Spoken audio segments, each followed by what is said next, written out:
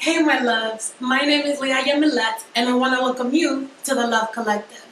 So, on today's agenda, I am going to be discussing how to change your attitude and foster a positive one. And I believe that the first step into changing your attitude is becoming self aware. And you might be asking, why is self awareness important? Well, self awareness, in simple terms for me, is being conscious. And being conscious is just observing your thoughts and observing your actions so you can live from true choice in the present moment. I want to read a little quote that I read in this book called The Millionaire Mind, and it had an impact on me, and I hope that it can do the same for you guys. And it says, if you want to change the fruits, you will first have to change the roots. And if you want to change the visible, you first have to change the invisible. So you may be wondering, how does your attitude actually impact your life? Well, in simple terms, attitude really is just a way of feeling, is your behavior towards a thing, a situation, or a person. And what we have to come to recognize is that we become what we think about. I'll say that again. We become what we think about. Meaning that if you're thinking negatively, if you're not thinking from a positive perspective, it's going to be very difficult for you to manifest the things that you want with a consistent flow. And I think for me, once I understood that notion that I had control over my life, it became a little easier for me to start manifesting all these good things, all these good people, and I started fostering just a world where I was happier and I felt a little more fulfilled, which I believe is what we all really want. I want us all to remember that for whatever reason it is, we have been granted this majestic opportunity of being able to control ourselves and control our thoughts and control our lives. I think that when we're like a little kid, it's very difficult for us sometimes to really grasp what life really is and to gain control of ourselves and to gain control of our environment. But I believe that once you turn, 18, 21, and once you're in that adulthood stage, you have full control of being able to control your environment. And that first starts with your attitude. I have gotten to the point that I've gotten because I become very aware of the energy that it was that I was putting out. So I want you guys to think about these 5 little things. And the first one is, what are your expectations? So what do you expect from yourself? What do you want, And if you're not clear, then sit down and be very honest and make a list and ask yourself, what do you want? Where am I going? How do I see myself developing my own world?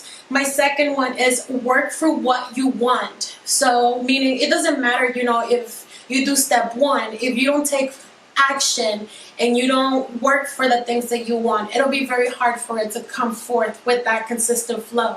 Because again, I think that the whole point is to build that consistency around our lives, to build that positive consistency of flow in our lives. My number 3 is that our environment is a mirror of our mental attitude. So if you don't really like the space that you're holding in this planet, if you don't really like the space that you're holding in your own world, then you have to think about, okay, what is working and what isn't working, and how can I improve it?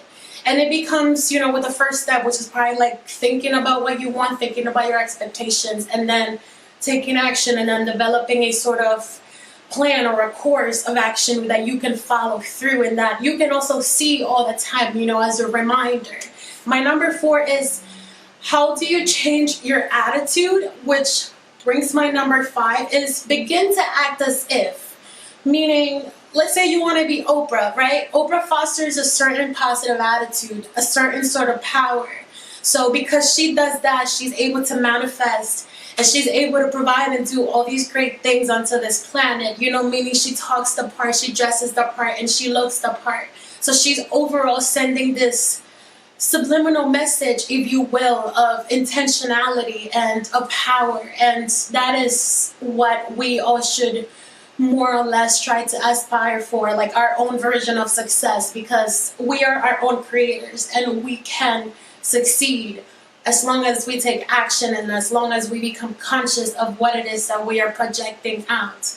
And I want to challenge you guys for the next 30 to 60 days to begin to act, look the part that you want to be. So if you want to be someone like Oprah, then act the part, study her, and learn how she maneuvers her world and like what sort of things she has done to get to that point. Or if you want to be like LeBron James or Michael Jordan, study the sort of hustle that they had and like that trajectory that it took for them to get to the point of success that they have gotten. So emulate a single person, begin to act successful. And another point is I want you guys to never forget that you are the most important in this planet, and that we should treat other people like they're the most important person on the planet, because they are. We all individually are. We all deserve the right to be happy. We all deserve the right to foster a good, positive world. And that begins with our attitude. It begins with the way that you want the world to receive you, the way that you want the world to see you. But you have to see yourself first. You have to want to get there first, and you have to ask yourself what it is that you want and then start taking action on it. I think that for me it has worked, again, majestically, and it's something that I'm not going to stop doing. I'm never going to stop being conscious of my thoughts and my actions, because I want to foster a world where everybody is happy, and everybody is living the life that they want to live, because we are our own creators, we are our own versions of gods, and we have to be responsible over that and be responsible over our own attitude and our own business, in order to create a better world. And this is the part where I leave you guys. I want to thank you so much for watching. I'm gonna be back next week. Please like, share. I'll see you next time at the Love Collective.